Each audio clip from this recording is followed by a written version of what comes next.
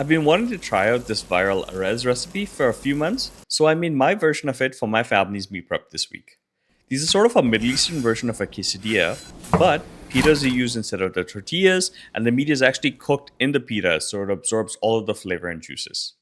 I added my own spin on it with the filling, and I cooked these outside on my griddle. I also made two dipping sauces that are really easy to make and a ton of fun to eat with the Arayes, and these took less than 5 minutes to make.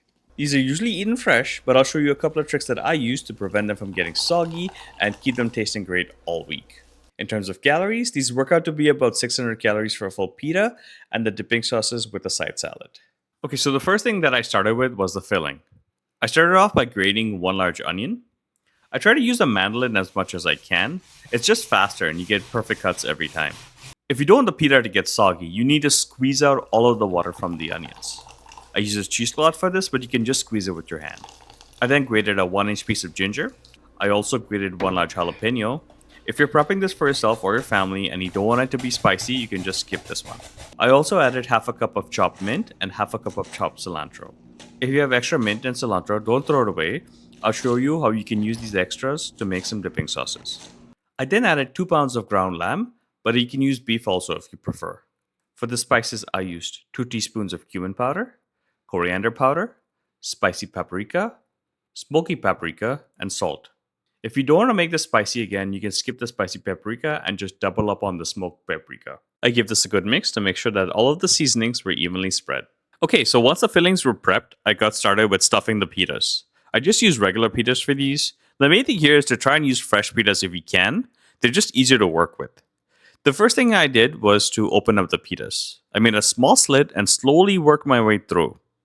If you have big, stuffy fingers like me, this will make it feel like you're doing some sort of super delicate task like surgery. And I stopped just before I went all the way around. I then used the world's smallest trowel to spread about a cup of this filling onto one side of the pita. I tried to get it as even as possible so that when it cooked, it all cooked evenly. Once this was done, I gave it a good press, and I did the same for the remaining 4 pitas. So this whole recipe will make 5 pitas. Once this was done, I let them sit in the fridge while I got started with the sauces. The first sauce I made was a really simple kebab-style garlic sauce. I started off by grating 3 cloves of garlic. I then added 3/4 of a cup of mayo. I use regular mayo for this, but you can swap it for low-fat mayo if you want to drop the calories. I then added 2 tablespoons of Greek yogurt, 2 tablespoons of lemon juice, 1 tablespoon of olive oil, and this is totally optional, but I also added 1 teaspoon of za'atar, which is a Middle Eastern spice blend. I gave this a good mix, and that's it. The garlic sauce was done. For the second dipping sauce, I'm going to be making a cilantro and mint chutney. For this, I used the leftover cilantro and the mint from the pita fillings. I started off by adding about 2 cups of this cilantro and 1 cup of the mint to a food processor. I then added 6 cloves of garlic.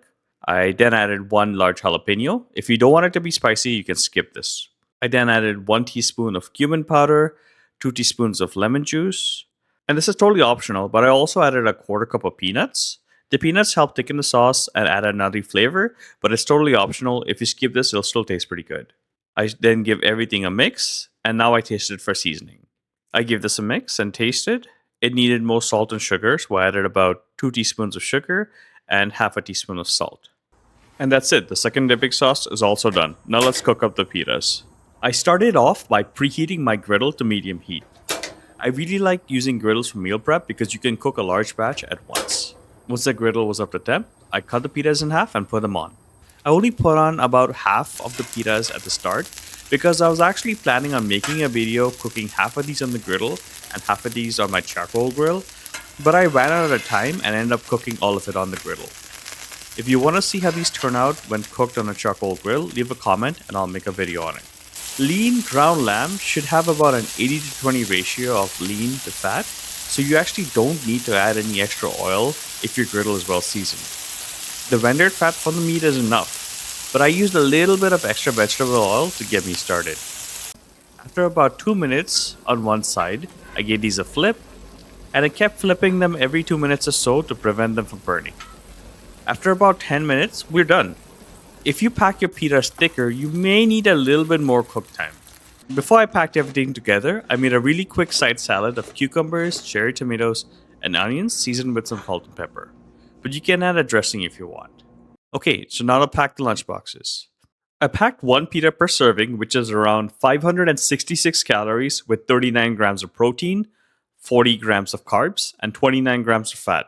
If you want to lower the calories, you can use extra lean lamb or beef. I also added about 1 ounce of green chutney and garlic sauce. The chutney has about 70 calories for 1 ounce, with 6 grams of carbs, 2 grams of protein, and 6 grams of fat.